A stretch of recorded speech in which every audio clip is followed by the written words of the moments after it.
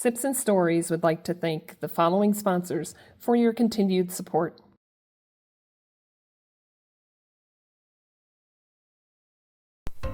Welcome to Sips and Stories, where your journey matters, your story inspires, and every episode is a space to uncover what truly makes people thrive.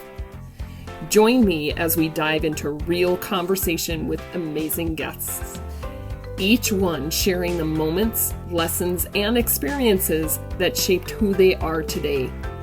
I'd love to hear from you, too. What's your journey? What's your story? And most importantly, what makes you thrive? We'll see you on the next story.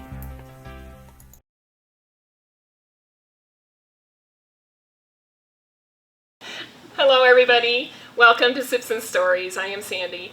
And today I have Kevin here with me. And Kevin, can you introduce yourself and tell us what it is that, all the things that you do?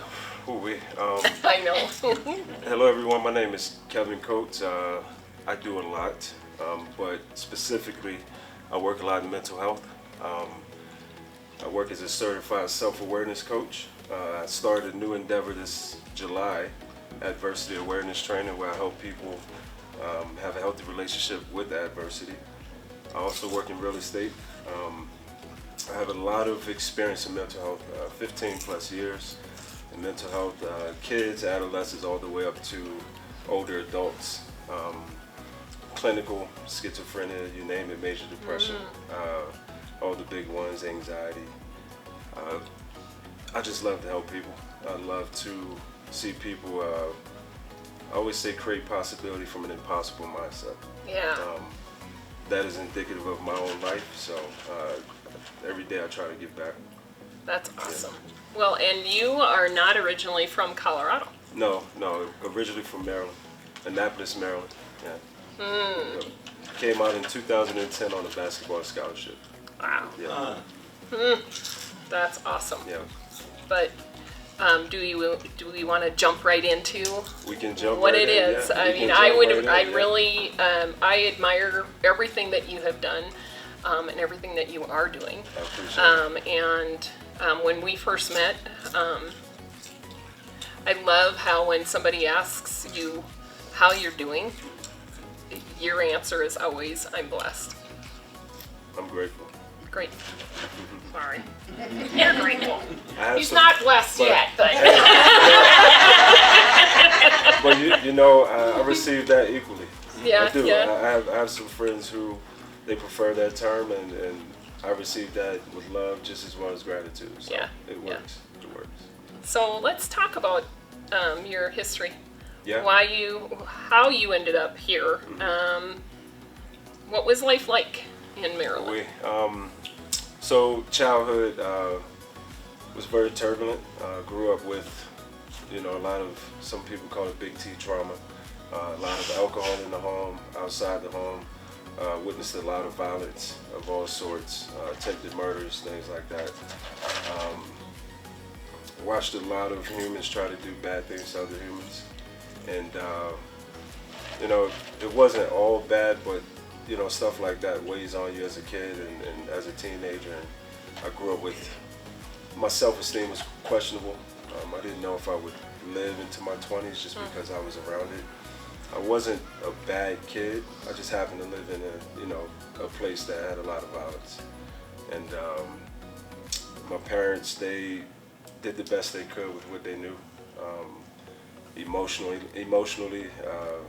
they tried to be there as best they could, but they didn't have the best upbringing themselves. So self-awareness is something that I really credit myself with. I was about 15. And how did you get there? When you witness a lot of violence like that, whether you're consciously aware of it or not, or even subconsciously aware of it, you start to question if you want to go down that path. And I did that. Two important questions I had asked myself was, do I want to be dead or in jail? And the answer was no, but I didn't know how. I didn't know how I would navigate that, because everything around me was violence. So I had to really be okay with being different. And part of being different was understanding that I wouldn't be a follower. And that's really important. It's something that I teach my young clients, my youth, my teens is be your own uniqueness, embrace that, be different, and try not to follow down paths that could lead to the detriment of your own health and well-being. So, well, did you actually go down a certain path and then you decided that? That's a great question. I try. Yeah, that's a great question. You know, I did not. I went down a path where I was doing bad things with my father's firearm. And yeah, that was a temporary path where we would play with this gun and try to threaten each other and do, you know, the horrible things to each other with this gun. Oh, wow. I never. So you and your siblings or your friends? So my friends, yeah, we play with this gun and we, you know, point it at each other and take random kids and we thought it was fun. Oh, wow. We thought it was fun. Not a lot of people really know about that. It's the first I've ever spoken on it, but, or at least on this platform. But yeah. You know, I wasn't like in the streets as far as selling drugs or anything like that. A lot of my friends did, a lot of people in the neighborhood did. But I would say I was just lost. But people didn't know it because I kept it inside, you know, and everyone's trying to survive their own way. Yeah. And well, and I think that that's really, it doesn't matter where you grew up, how you grew up. We all, even as adults, are, you know, it's survival or whatever. Survival of the fittest, yeah. You know, it's, but. It was a dog-eat-dog world. Everyone was trying to survive the best way they could. And, you know, also not knowing that they were struggling emotionally and mental health-wise. They didn't know what they didn't know. And I was fortunate enough to not harm anyone and not have anything done to me, but I do remember just being, I was in a dark space internally. Even though I had basketball and, you know, other outlets, I had to be my own emotional availability at the end of the night. So you had basketball? I did, yeah. Was it all the way from like grade school? I was about, I would say about 10 when I started, and it was an escape. Like many of us, you know, in the neighborhood, we go play basketball for 6 to 8 hours, you know, a day, and just try to keep busy with it. And somehow I got a scholarship. I don't know how. Wow. Somehow. That's great. I'm grateful for and the scholarship was here? Yes, it was CSU Pueblo. Yeah, I don't know. When you told me that, I'm like, Pueblo? Yeah. Pueblo has a basketball team? I didn't know that. Well, thank you for that. You know. Your emphasis is much appreciated. I know, I didn't do that when we first met. You know? you kept it in. I appreciate that. Yeah. Well, we did talk about where you live there too, and yes, you're like, Yeah, I had learned. I didn't know when I got the scholarship. Honestly, I couldn't pronounce the word. I had never heard of it. Yeah. Sorry, I'm not really trying to be rude. Yeah, no, it's I didn't think I would get a scholarship. You know, I did 2 years at junior college. I dropped out. I didn't have grades. I was not. Where was the junior college? Anne Arundel Community College, back in Arnold, Maryland. So. Oh, okay. Yeah, it was known as an academic, you know, school, but I wasn't an academic. Well, and I was just going to ask you that. Not at all. I aimed for the D's and the C's, and they're passing. Yeah, that was the mentality. That was the mentality. I was passing, but you know, you get a couple F's in there, you're not passing. The F's. But then when you went to PE, you got an A, so that would cancel out the F, right? Yeah, it would. It really would. Well, okay, I grew up in a small town, so I know how. You know how it works. We're the same people. So, I only played 3 years of high school. I was ineligible in 9th grade. I slept a lot in class. In class? I did, yeah. This table right here was a bed sometimes. It was nice. I'm sure the teachers thought so too. True story. I had one time where I slept in class and the teacher let me sleep into the next period, and I woke up. Wow. And I looked at her and she goes, "Yeah, this is not your class." They left like 15 minutes ago. Oh man, how did that make you feel? I was embarrassed. Yeah. Yeah, I was embarrassed, but I was grateful. So why I got some were you sleep. sleeping in class then? Is it just because you were up all night playing with guns? So that maybe that on some nights, but other nights we played video games. But okay. a lot of that was you battled the different circumstances. I'm really sorry. No, don't be sorry. It's true. I mean, it was a battle between life and school, and when you grow up in those places, school is not a priority. Yeah. School isn't. That's not the focus, because when we're trying to survive today, there's no correlation with tomorrow and 2 years. Yeah. We're not thinking that far. We need what we need now, and so. Yeah, well, and you had a lot of loss too when you were growing up. Yeah. So when I got to CSU Pueblo, somehow I did this tally, and I was 21, and I had about 20 people dead and gone I hadn't known. Wow. They were friends, associates, and two big ones was a cousin of mine due to suicide, and another one to a homicide. Who I was with. Pretty much every day. So, yeah, a lot of loss. Yeah. Wow. And so, how did you dig yourself out of that? What was was it coming to Pueblo? Yeah. That actually changed? Because you had some decisions, right? I mean, or not? Did you?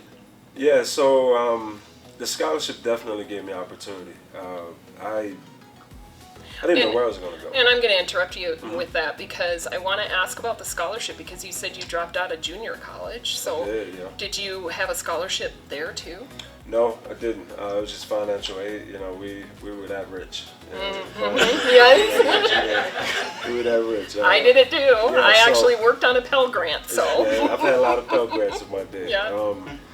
I've also had to fight for those Pell Grants. I've had them taken away. And I didn't have a lot of support as far as getting to the school. And I also worked. I was about 18. I was working 30 hours a week, and going to school back and forth. What were you working? I was at the hospital, the local hospital, doing food nutrition. So sometimes I would.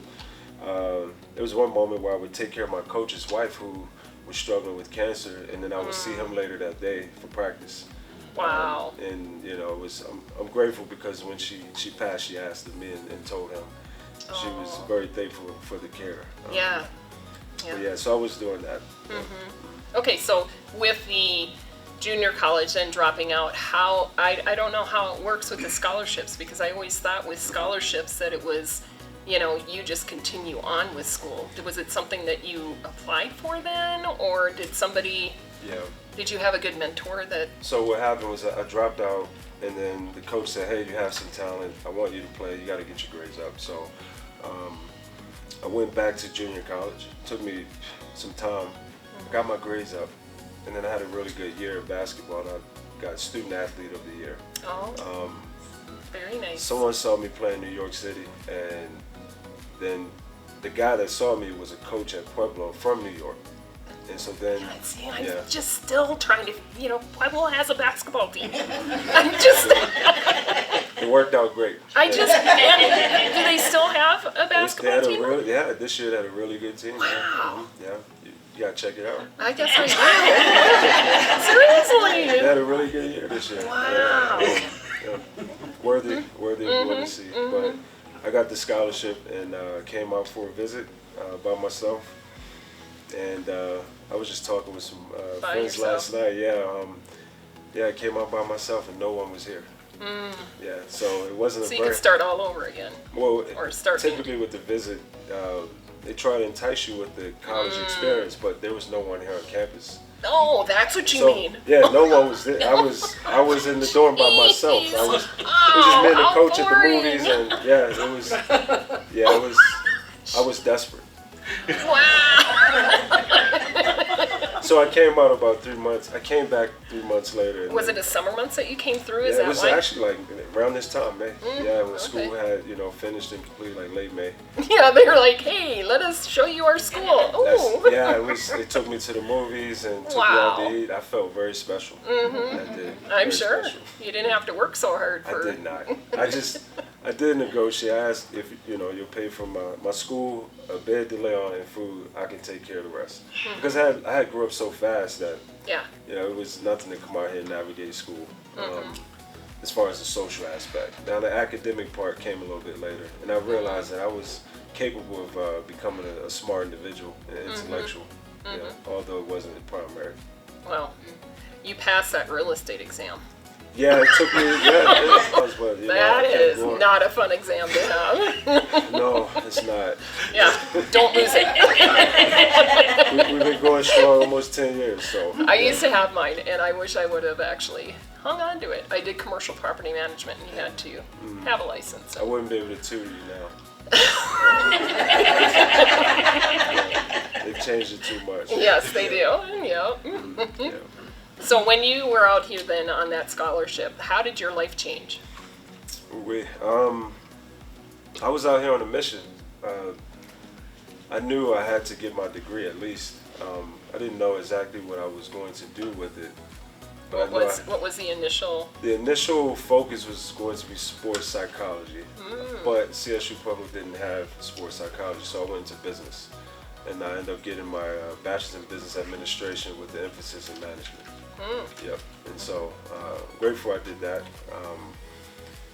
And I ended up going into corporate for a while and becoming an executive operations manager for Target Corporation for 3 years. You did? Yeah, oh, I was they called me boss, which was uncomfortable. And yeah, 40 to 200 people I was managing. Wow. Yeah. Did you ever think that, and that's probably why you were uncomfortable, because you didn't feel like you lived up to that title, or? I didn't feel that I was worthy. I came from the hood. Just to be blunt, I was from the hood. So when they call you and say, "Hey, we want to offer you $54,000," I'm like, my mother's never made that near that, in her life. So I'm hitting milestones, and I had to embrace it. At that point, I had enough confidence in myself that I could lead. At CSU Pueblo, I was in charge of a 3-year grant for drug and alcohol awareness, and won 2 awards, certified students and kids as mentors, and we were saving some kids' lives from suicide and things like that. So and that was what kind of got Target interested in me as a leader, and I embraced it, and I embrace it to this day. Yeah, and that's what I was just going to ask. You actually did you continue that path once you graduated? Once you were in Target with the suicide? Yeah, I've always been around. I've always been the go-to person in terms of mental health. And yes, while at Target, I was still coaching and helping even my employees with, family dynamics. And eventually, when I left Target, that's when I pursued the certification as a self-awareness coach, and that led to a lot of other clinical roles that had a lot to do with like real severe suicide. So I'm grateful for it. I love it. I still do it to this day. I just had conversations weeks ago, with individuals that are struggling. So, And you give your number out to people? Sometimes. I have it. Yes, I do. Just depends. It's online, so. And now, and with your never quit on yourself. Yes. Gosh, I'm really paranoid now because when I put the first initial. Oh yeah. That would. Use the wrong initial. You tried. I love your encouragement. I'm very forgiving too. So. It took about 10 seconds to forgive you. So tell me what it is that drives you for this. Yeah, so the backstory behind the NQOY, I came up with this weird. I was actually in a real estate deal when I came up with the idea. I was in front of a Really? house, and I had just did a speech in front of 700 people at CSU Pueblo, in the same gym that I played basketball in.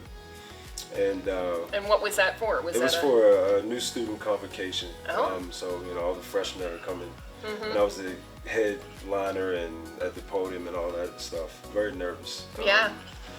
And I wanted to have a message where I didn't have to know you. I didn't have to know what you were going through. But if the message compels you to keep pushing just tonight, the next 5 minutes, and that was the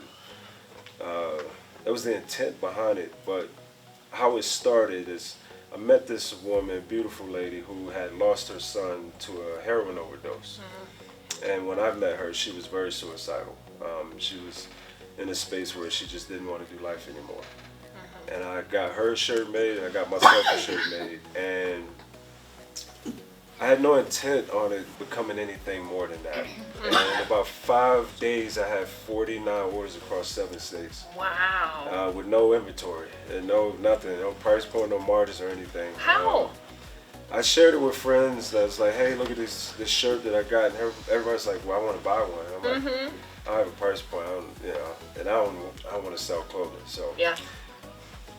I couldn't avoid it because the message landed in so many different ways in the hearts of people, and not even just with suicide. It could be business related. It could be figuring out your career, where you want to go in life. In some ways, the message is universal. So I just kept going, and slowly but surely, it's been expanding, and I've tried to sabotage it. I have. Well, you are a business owner, an entrepreneur, right? Yeah. And we get in our head a lot. We do, yeah. It's a lot of pressure, but part of the story is, part of the message is my own story as well.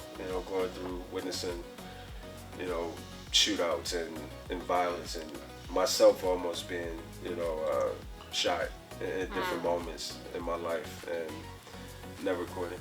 And so I stayed true to that motto. Yeah. Well, and with the scholarship as well, I'm assuming that because you kind of got a second chance. Yeah.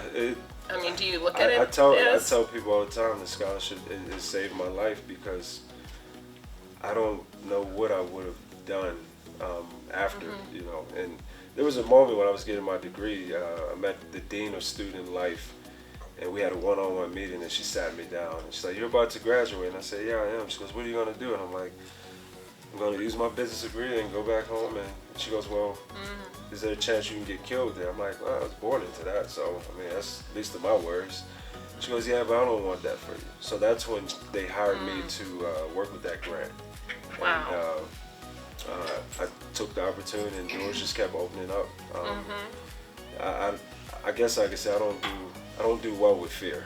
Yeah, I'm a risk taker, and well, that was one of the questions earlier tonight. yeah, we can talk about that for sure. But when you go through so much pain and you get through it, it's like, yeah, I gotta keep going. I got through that. I can keep going. Yeah. It's not true for everyone, but it's true for me. And how do you? So you work with people. When we met, you had said young to old. I don't know what age range you said that you work with, but how do people find out about you, and why? What is it? I mean, is it because of your keynote speaking that? Yeah, I've attracted people from speaking at CU Boulder and things like that, and at schools. I'm in a lot of conversations now with mental health facilities, juvenile detention facilities. A lot of it is people I've worked with. They appreciated my approach to mental health, creating a safe space and allowing people to be themselves while they're in their moment of trauma. And I do a lot of marketing on social media. How you and I met through our mutual friend Ken. When you do good and right by people, they talk good and about you, and the opposite is true too. So I try to make sure I do right by people. Yeah. Yeah. Well, that's awesome. I appreciate it. Thank you. Wow.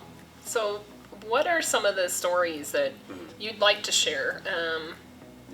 With if it's not about you, but maybe, some clients that you've worked with. Do you consider them clients, or do you... Yeah, I consider them clients. Let's see, a lot of stories, hundreds. And stories specific to their success or overcoming, or... Yeah, what was the initial reason why they came to you, or that you reached out to them? They felt lost.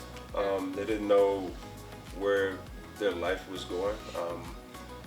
A lot of suicide is, or at least ideation, before you get to an actual point of attempt. The pressure's too great. The thoughts, the pain, they just want that to go away. So a lot of conversations I've had with, especially teens, is I can't escape my mind, right? And you never will be able to. So we gotta learn how to embrace what's there and work through with what's there. Yeah. And if I can get you to bring the pressure down a little bit, you'll maybe get through to tomorrow, right? And then we keep going. But a lot of the times they're feeling very lost, and they want the noise to stop. And if you don't address it, on time, they start to think permanently, and then that's where you get attempts. And I come in and help them sort through the subconscious parts of their mind, which is the unaware part. They don't realize. And how do you do that? I mean, that blows my mind. But. Yeah, it's I have them write down. One of the things I do, I have them write down common undesirable thoughts that they have about themselves. So a common one that even maybe our audience have had is, I'm not good enough, or I'm not worthy, right? I'm a failure.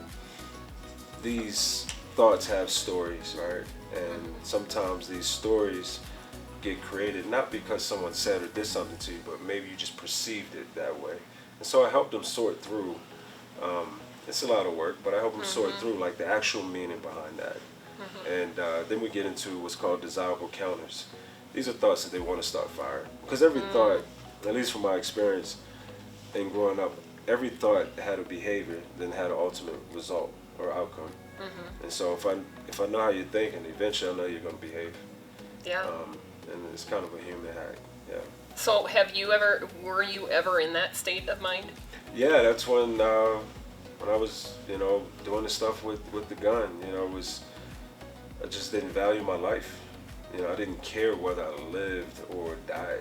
Where I come from, you don't get to point a gun at someone and walk outside and, get a popsicle.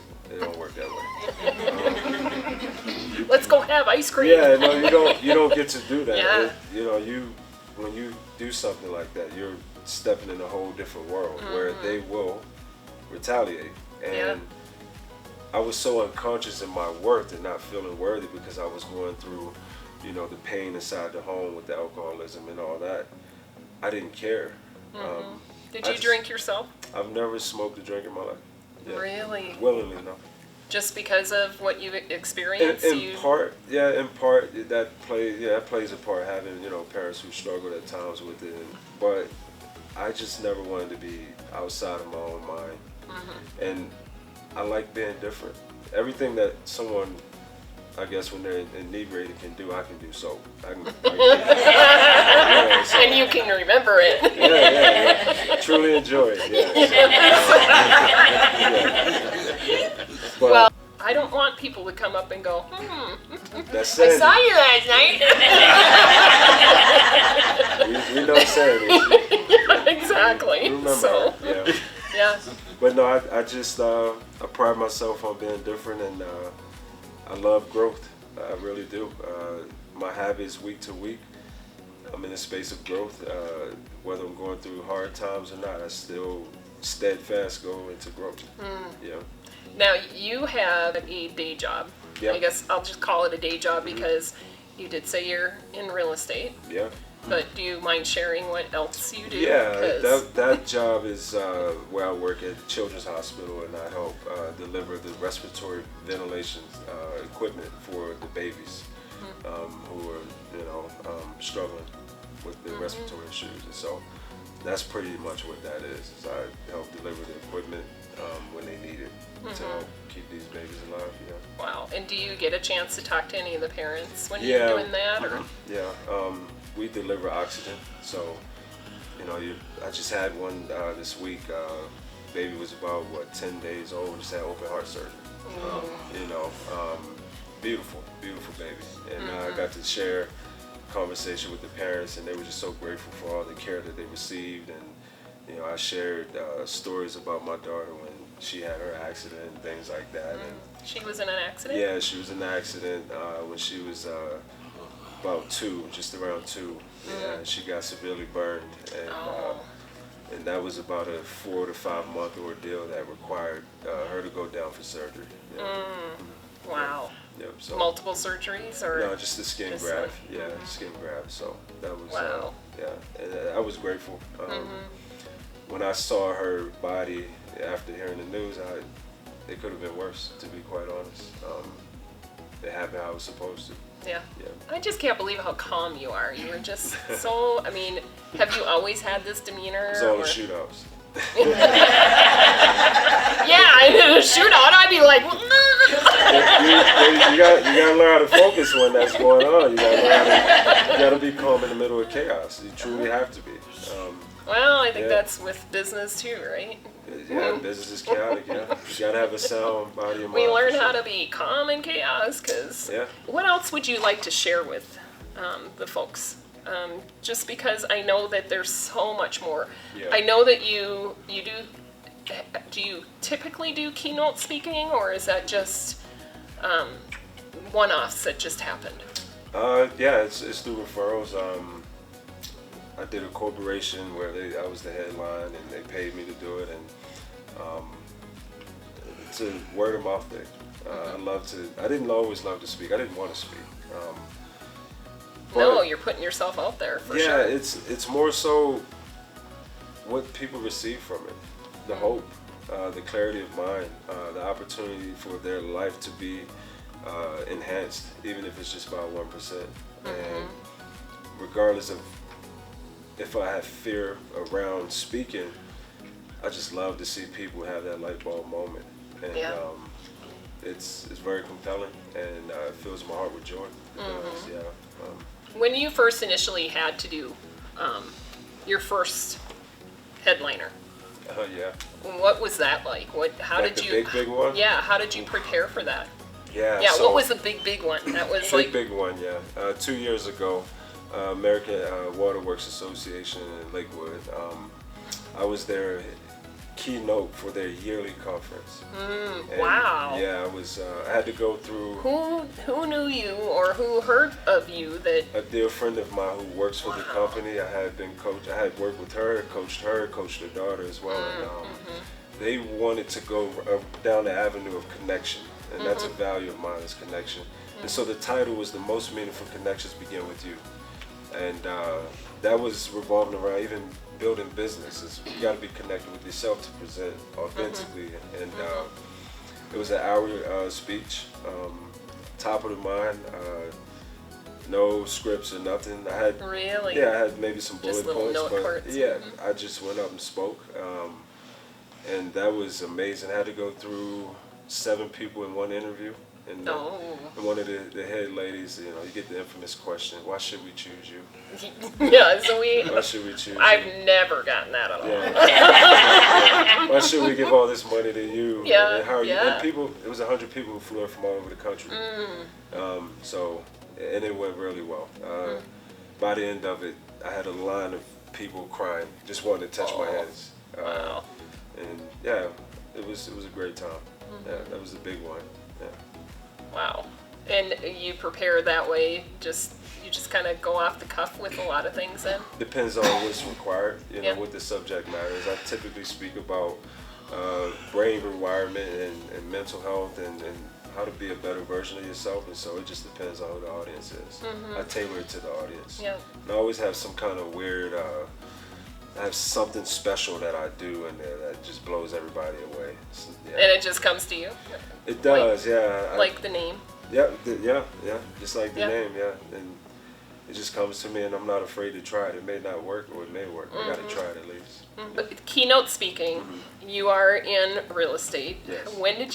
How long ago did you start that? And 2000 what's that journey been like? 2017, very volatile, right? It's, depending on what's going on in the market. And in Denver, I remember when I first got in, there was 50,000 agents, right? Saturated, there's no inventory. We all want this piece of pie. I didn't get my first deal until like a year in, right? So there's a lot. And you had a lot of people asking you, why should we pick you? Of course, yeah. You don't even have any. Yeah. You've not ever sold. I did the door knocking and everything, and all of that. Yeah. Almost had the commission called on me and all that stuff. But I am a person of service. I love to serve people. So it was more than just the real estate aspect of it. It's not about the money. And I enjoy the fruitfulness of someone being able to get that home, that they've always wanted. And I love people. I do. So everything I do is service oriented. But yeah, 10 years ago, just about. Wow, that is crazy. Yeah, anybody that's been in the business, you go through them long moments where you have nothing coming in and you want to just quit. You want to quit. But never. Many days. Yes. Many days, Yes. So, and you have a daughter. I do. Just the one? Just the one. Yeah. Yes. Yep. She's 9. Beautiful kid. A lot of people love her. She loves a lot of people.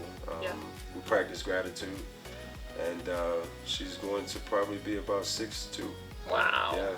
So. Holy cow. Yeah. And does she play basketball?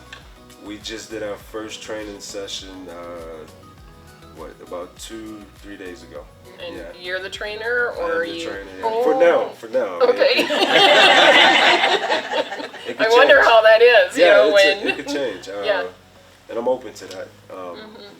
She wanted to do it. I said, I'll introduce you, and we'll go with it. And I know it could change. Yeah. Now, do you have siblings?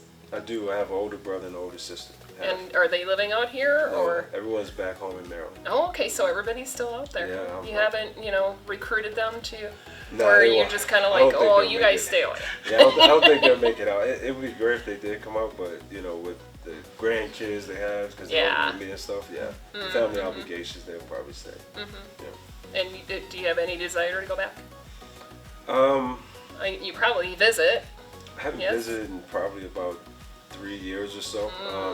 Real estate needs to pick up. Hey, June, I got something, right? Good. But I'm big on the environment. The environment isn't the best. Everyone's still in survival. I love my family, but I got a lot of goals out here that I'm working towards, and so that's been the focus. Well, let's talk about some of those goals. Yeah. So the biggest one is adversity awareness training. Our plan is to create this workshop. A buddy of mine who has worked in clinical mental health with me, and we saw a lot of people die and just keep coming back in these facilities. So we realized that people don't have a healthy relationship with adversity, and so we want to help them build that relationship. Yeah, and how can people get involved with that then?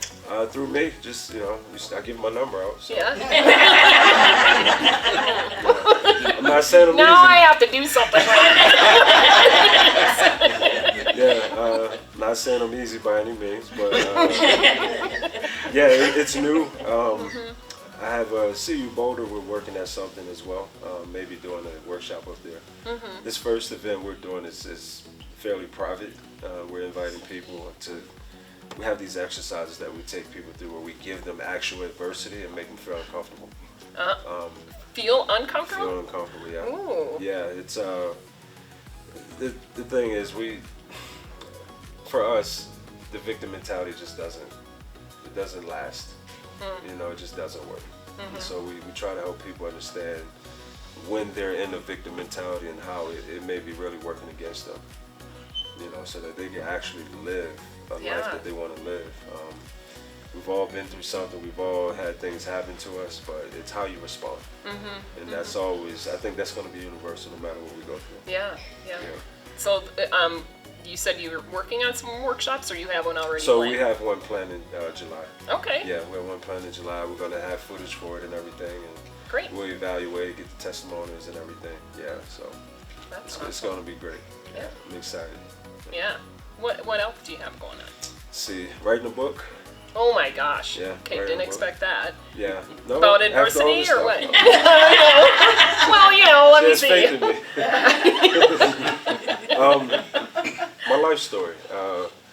And things that have found to be helpful in navigating trauma. Fortunately, I haven't had anxiety. I've never been depressed, even though I've been abused and seen so much. But to each their own. But I just want to share with people maybe some tools and ways in which they can try something new to not suffer. After they've suffered. So yeah, writing a book. It's called. The title is a book with nothing in it. Oh wow. Yeah. Can't wait to read it, because then I could actually read it. I won't get distracted.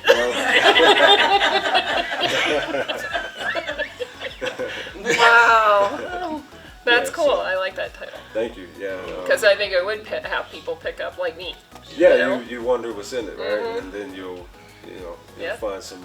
Hopefully, you'll see Miss Gems. Yeah. Yeah. Wow. That's incredible. Yeah, I appreciate it. Well, I want to open up questions from the audience, because unless there's more that you want to, and I know that there'll be questions that I'll probably continue to ask, just because it's always a trigger things. It's like, oh yeah.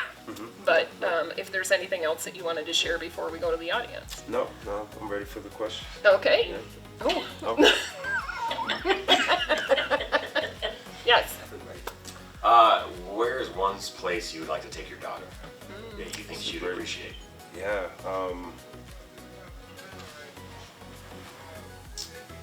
I would say a beach of some sort, like an island of some sort. She loves to swim. Okay. Cool. And I can't swim, but I grew up with this water that looked like this table. And so, I went to Puerto Rico years ago, and I don't think I'll ever get in water that looked like this table again. So I would love to share that with her. Yeah. Kind of bougie now. Yup. So was there, thank you so much for being here. You're very welcome. So was there a particular moment when you were growing up, when you or something that happened that made you decide you wanted to not be a victim in your neighborhood, that you wanted to be different, that you wanted to, that moment, what happened? Yeah, it was one that comes to mind, November 9th. I was on the way back from a basketball game, and my cousin, who I was with pretty much every day, we played video games, and the video games for us, they kept us out of the streets, to be honest. He called me, it was a Friday night, he called me, and I answered, and then Saturday comes and he calls me again, and I looked at my phone, and I said, I'll see him later. And when I got home, he had went out with some friends, and I said, well, I'll see him tomorrow. I got a call at 5 in the morning. He was gunned down in a double homicide. And I didn't know what to do. I was lost. I tried to have guilt because I didn't answer the phone call, but I just knew it wasn't the healthy way to tackle that, is to live in that guilt. He could have still have gone out if I answered. And a lot of who I am today is through that story of, he was an amazing person. He didn't have the best guidance, as many of us did not. But he was still worthy of having a life longer than 25 years. And so I spent the rest of my life giving hope to people to live longer than just tomorrow. So that moment really, it hit my family pretty tough. And I dedicate a lot of what I do from his story, his legacy. Yeah. Thank you. That's beautiful. You're very welcome. Yeah. How has your success affected your family? How has my success affected my family? I would like to think that I've given them all hope, based on the praise that they have for me when I do go back home. when I went back home, they threw like this party, like a welcome home party. Yeah. And I didn't know how much what I had done had, impacted them, but they see me as the one that made it in some ways, the one that got out. And I don't necessarily see myself that way. I'm just trying to live the best life I can, given what I was brought up in. But they praise, they're very proud. They're very, very proud.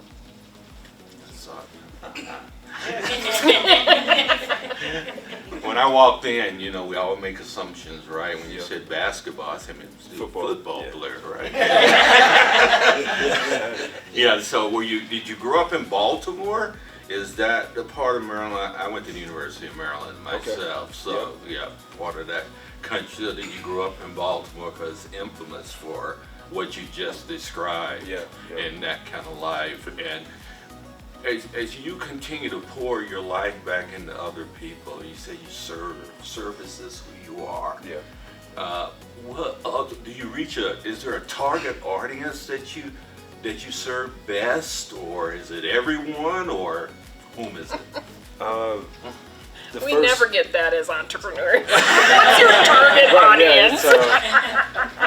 To answer your first question, I grew up in Annapolis, about 30 minutes from Baltimore. Yeah.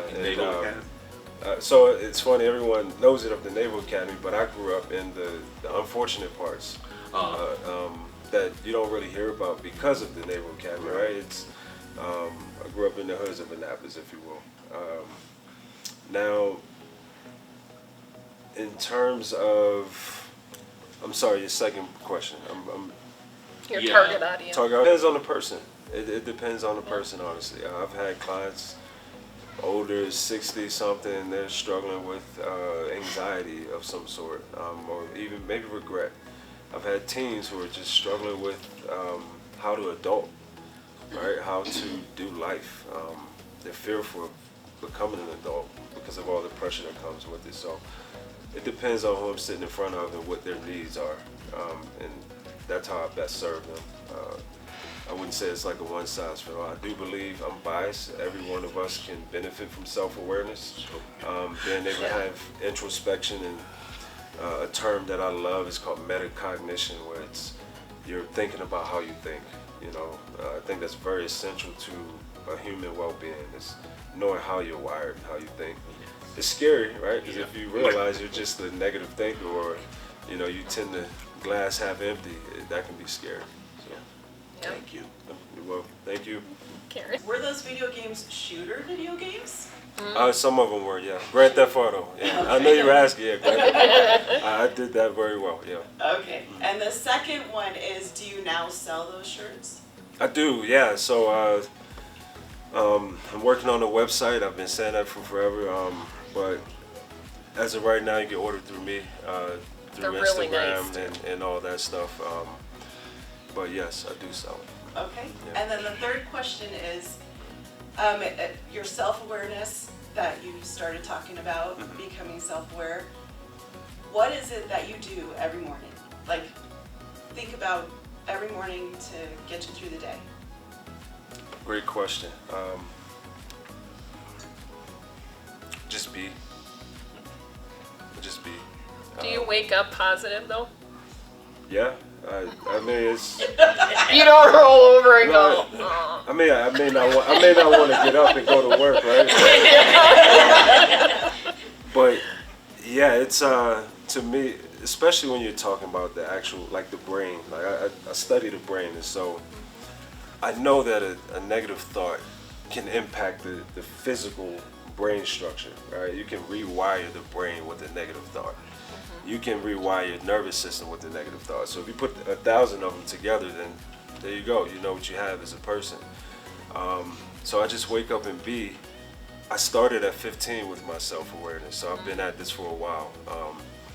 The reason why I'm so intense about it is because I know I have so much trauma that I've experienced that the wires that got created for me, they don't live through me. I have a good tame on those.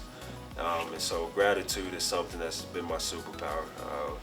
I love gratitude, all things about it. there's science about it. But yeah, I just wake up and be. And there's not anything that I don't feel like I can't get through, or at least accept. Yeah. And does that trickle down to your daughter then too?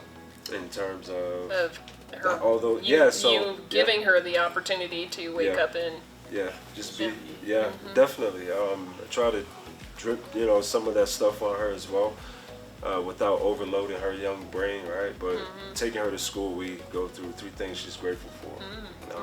Sometimes it's water, sometimes it's school, right? And not just enough. Wait, she's grateful for school. She loves school. She loves school. Yeah, she loves. Really? She loves to learn. Yeah, and we get into why she had picked, these actual things. Yeah. And, I love that she's tapping deeper into her psyche with the reasons of why. Yeah. So, That's great. I have 2 questions. The first one is that I have a private practice that I practice energy psychology with my clients to help them overcome trauma patterns. Now, when I read your LinkedIn profile, you talked about 7 levels of energy. Yeah.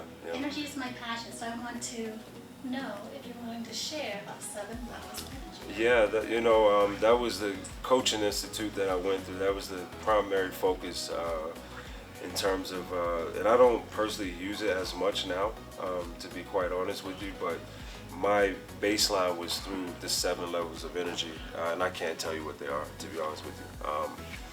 But I will say energy is everything. Vibrations and frequencies are very essential, and this room right now has an energy, right? That's very, very compelling and very focused. It's very moving, very energetic. So, yeah, the basis of that curriculum was based on the 7 levels of energy. Yeah, and they had them labeled as like 1, 2, and 3, and then different descriptors of it. But I haven't looked at that book in a while. Yeah. Is it a book that both of you would recommend? It's based off the institute. It's an international coaching company. And yeah, I still have the books. Yeah, I still have the books. Yeah. Nice. And the second question is, you said you love growth. Is there any topic in your life right now that you want more of, or that you want to grow today? Oh, I love that. Receiving love. Yeah, receiving love. Yeah. As much as I like to think, I love to give love. My childhood taught me a lot about putting blocks up when a genuine love is present, and having to be self-sufficient. I told myself that I would learn how to love myself more than my parents ever could, and to this day I live by that. But it also sometimes gets in the way when other people try to show that love, and I question that. You wonder what the ulterior motive is. Of course, yeah. What's the catch? You want to buy a shirt or what? No. Well, as a matter of fact, It would be receiving love, Yeah. a genuine love for sure. And, Thank you. You're welcome. Phil, Thank you had you. a question? You got a lot to tell the people. Yeah, I'm actively in the process of writing my own book. I give a little. Good. I'll give a little insight to it, and then you start in the middle of the book. That's where you start reading it at. Start in the middle. And I know the format. Yeah, you start in the middle of the book. Reason being is a lot of life requires decisiveness, and indecision can be criminal to your well-being. And so I'm going to give you the chance to choose which way you want to go with this book. Wow. So yeah, Kevin, you sound like an amazing mentor. I appreciate it. Thank you. Who's your mentor? I have a real estate mentor, but as far as life, Who was an inspiration to you? I haven't really thought about it. This is going to sound probably crazy, but my mentor is honestly the adversity I've gone through, if I'm being honest. I look at all the stuff, all the pain and everything, and I wouldn't change none of it. Everything I've shared with you, I wouldn't change none of it. It's taught me so much. It's given me so much freedom, and it actually helped me explore how courageous I am. You know, to just go into the stories. And so I would say my mentor has been in adversity and challenges, and they keep coming, you know, as they do in life. But as far as the actual person, yeah, it's everyone you've worked with, right? That's a great point, Mark. Yeah, yeah, that's a great point. A lot of stories with clients and teens, and yeah, everyone I've worked with. Yeah, I appreciate that. Do you ever get like mentally drained from the negativity that you are trying to help other people? I If get so, that question how do a you lot. bring Yeah. yourself back up? Yeah, I get that question a lot. I don't. I think that's what. I think that's what makes, you know, people that can actually get into the field and not go through burnout. There's a skill called detached involvement where I sit in front of you, I can hear your story, I've heard stories, right? But it's not for me to take ownership of, right? I don't attach myself to it, but I'm still involved. I have empathy. But I stay true to my intent. My intent is to be here with you, where you are, to get you to where you want to be. And as long as I stay true to my intent with that, you know, so the results don't always turn out in favor. I stay true to me, and so no, I don't. I love it actually. That takes strength. Yeah, it brings me, it fills me up. If I'm honest, yeah. That's awesome. I've heard that suicide can almost be an epidemic in families, communities, and schools. One person commits suicide, they almost give permission to others. Yeah. Have you found that's true? And what's your strategy for that when you're trying to help people? Yeah, there's a lot of parallels to the latching of, you know, my friend committed, and now I feel as though I'm not worthy either. So, and you know, maybe I want to be with that person. And that's where you start to get the distorted thinking, that rational thinking where it's like, you know what, I'll do this too. I'm working with someone now that's been impacted like that. The focus is that person, you know, where they are. I go back to that because there's no need for me to latch on to the other person's story. I'll listen, but I got to be with you right there where you're at. And also hear how that story may be impacting you. You kind of have to separate a little bit and bring the focus back to you. But I try not to let the commingling of all these stories, because it'll just keep them in a high ideation. Yeah. You're welcome. Did you enjoy basketball, or was basketball an escape? Both. Initially it was, you know, as a kid it was an enjoyment, and as I became a teen, and in my book I described the two jungles, the jungle inside the home and the jungle outside the home. It became an escape. It was a way, I didn't care what I was wearing. I ball in low tops, khakis. You know, if I can get a ball in my hand and get to the court so I didn't have to go through what I might have to go through, it became an escape. And then in college it was enjoyable, but I also was on a mission to get my degree. No one had received a degree of that magnitude, so yeah. What are your top values? Why? And what do you advise for someone who's trying to build their foundation on their values? So my top values, self-awareness, if you don't know, right? Connection, gratitude, and respect, and communication. And I go back to, it's really important to do self-reflection. I think everyone should self-reflect at least once every 2 weeks. If you can do it once a week, great. It depends on your capacity. Do you suggest people write those types of things down? Writing doesn't hurt. You know, we got a lot of stuff going on in life, so if you can sort all the noise out and just write it down, I would definitely say write it down. And start there with whatever it is you're writing down that, you know, maybe you're not happy with or you want to change. The next part is you got to ask yourself, what is your relationship with fear? If you have a very unhealthy relationship with fear, you won't get far. Fear will always be there to sway you.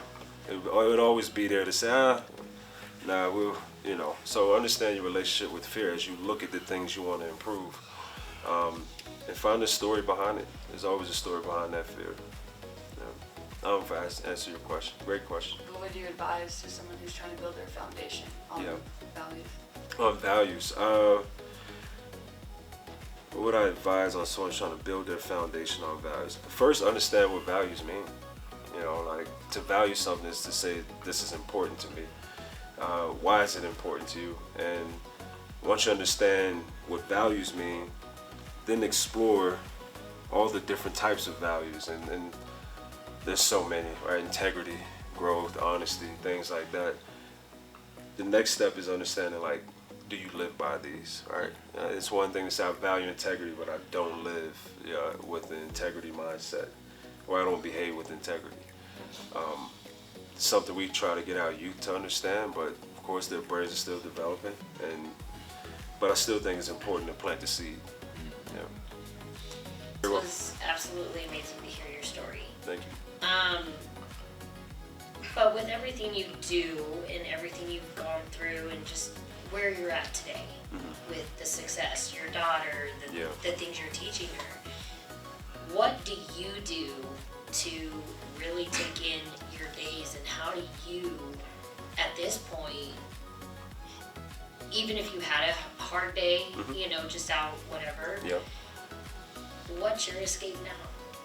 What do you do to totally decompress? Because you have a daughter at home, and it's hard to decompress. So, as much as it sounds, you know, I'm intense and whatever, I play a lot of games. I love games. I love chess. I love dominoes. I love to bowl. Just finished the bowling league. Play a lot of basketball. I get out in the nature as much as I can. Go on walks, even if it's just around the neighborhood. I read. I have this thing where if I have something on my mind that I can't get through, I read about it. I read my thoughts so I don't go to sleep with them, if that makes sense. And I read them into a place of healing or abundance or some kind of resolve. At 1 in the morning, we don't always have friends, right? That we can call them like, hey, you know, I'm going through X, Y, and Z. And so I have resources that I read about, whether it be overthinking or something like that. So I try to keep myself cleansed in that way. I love to have fun. I love to laugh. I'm one of the most sarcastic people you'll probably meet. Oh, I think I matched up today. You did okay. Oh, okay. You could do better. Maybe I'll just hang out with you a little bit more and then. Yeah, so. And I'm actually glad.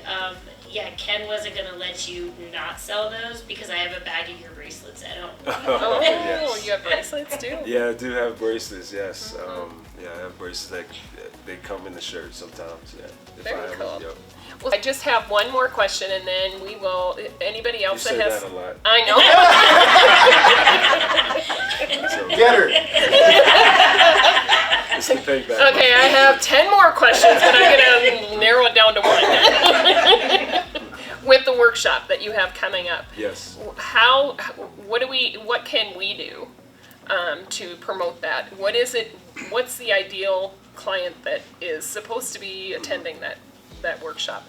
I mean, is it people that you have? It's for the public. It's going to be for the public, and we also want to get partnerships with corporations and in schools. We want to see how this first one goes as we navigate the 2 to 3 hour workshops and storytelling and all my sarcasm, right? That goes in there. But yeah, it's going to be for the community and the public. It's not enough like energy as far as understanding the power of adversity. Like adversity truly is a gift. Yeah.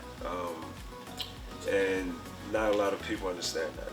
They fear it, they shame it, and they have guilt around it. But to go through something, even though it's uncomfortable in the moment, when you come out of it, you really can look back and self-reflect, like, okay, I have become a better person or a better version of myself because of this thing that I went through.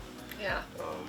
You do that 10 times, how much growth have you encountered in your life? So. Well, and you had also told me too, yeah, I know, here's another question. It's more of a statement, but you can confirm. or deny. You had actually said that when you work with people, one of the first things you tell them is, it's one step. Yep. What is one thing that happened today that was good? And at least you can find, if you can find one thing, you can find another. Maybe that is a question then. So it's unique to you, is what it is. Well, I'm unique. Yeah, you didn't know. Thanks. Yeah, it's the classic small wins, right? It's the little wins. I've had clients who struggle with depression, and I'll tell them, you're really, really good at discipline. And they'll say, no, I suck at it. I'm like, whoa, it takes a lot of discipline to stay in this bed for 7 days. Oh, yeah. Wow, so, I never thought about that. You know? No, honestly. There you go. But, every time I hit the snooze, that's a lot of discipline. There you go, it is, huh? And I know we all do it. Yes. But yeah, it's the small wins. It is. It's the small wins that you can recognize. But the challenge is when you're in a place of comparing your small win or your win to somebody else's big win or perceptive big win, that's where you get in the danger zone, because you have to understand that your win is your win. Yeah. It's not meant to be compared to somebody else's win, and once you get to that understanding and you build on those little wins, you look back and you're like, okay, I was able to do something I never thought I would be able to do. Yeah. But when you're in comparison, those wins, they get diluted. Yeah. Yeah. So. Very good. All right. Well, I'm gonna leave you off the hook now with questions. Okay. Holding my breath.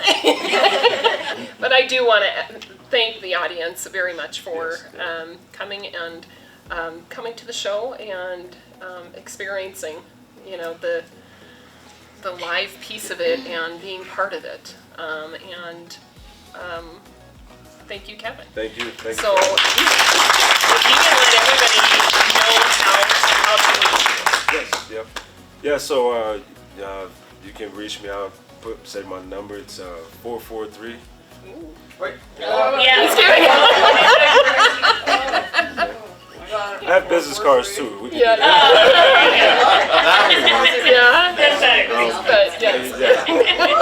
For the camera, he's gonna give his number, okay?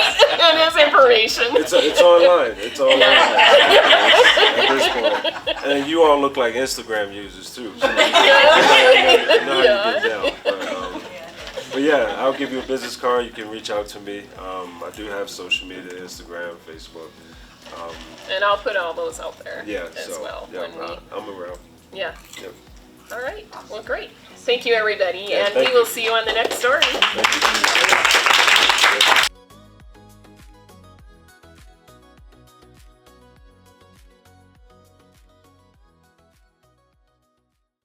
What's your journey?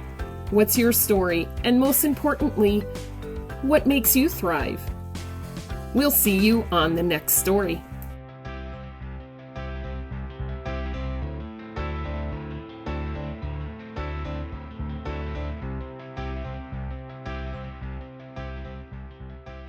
I was always stressing about when to bathe my dog. He was always getting so dirty and itchy after playing outside, constantly battling ear infections. But then, Scenthound totally changed the game for us. Now, I don't have to think about it. We go every month. They take care of everything. A bath, nails trimmed, ears cleaned, and teeth brushed. Plus, they do a wellness check at every visit. So I always know how he's doing. And the best part, he actually loves going. I swear he knows when it's Scenthound Day. If you have a dog, take them to Scenthound. It's the easiest way to keep them clean, healthy, and happy. DER Windows and Synergy Homes is your trusted partner in building, improving, and protecting what matters most, your home. With a commitment to craftsmanship and quality, Their team specializes in new home construction, delivering spaces that are built to last and designed to fit your lifestyle. Beyond building, DER Windows and Synergy Homes offers a full range of exterior services to keep your property looking its best and performing at its peak. From expert stucco and custom stonework to durable roofing solutions, replacement windows, and efficient gutter systems, every project is handled with precision and care. Whether you're starting from the ground up or upgrading your current home, DER Windows and Synergy Homes combines experience, reliability, and attention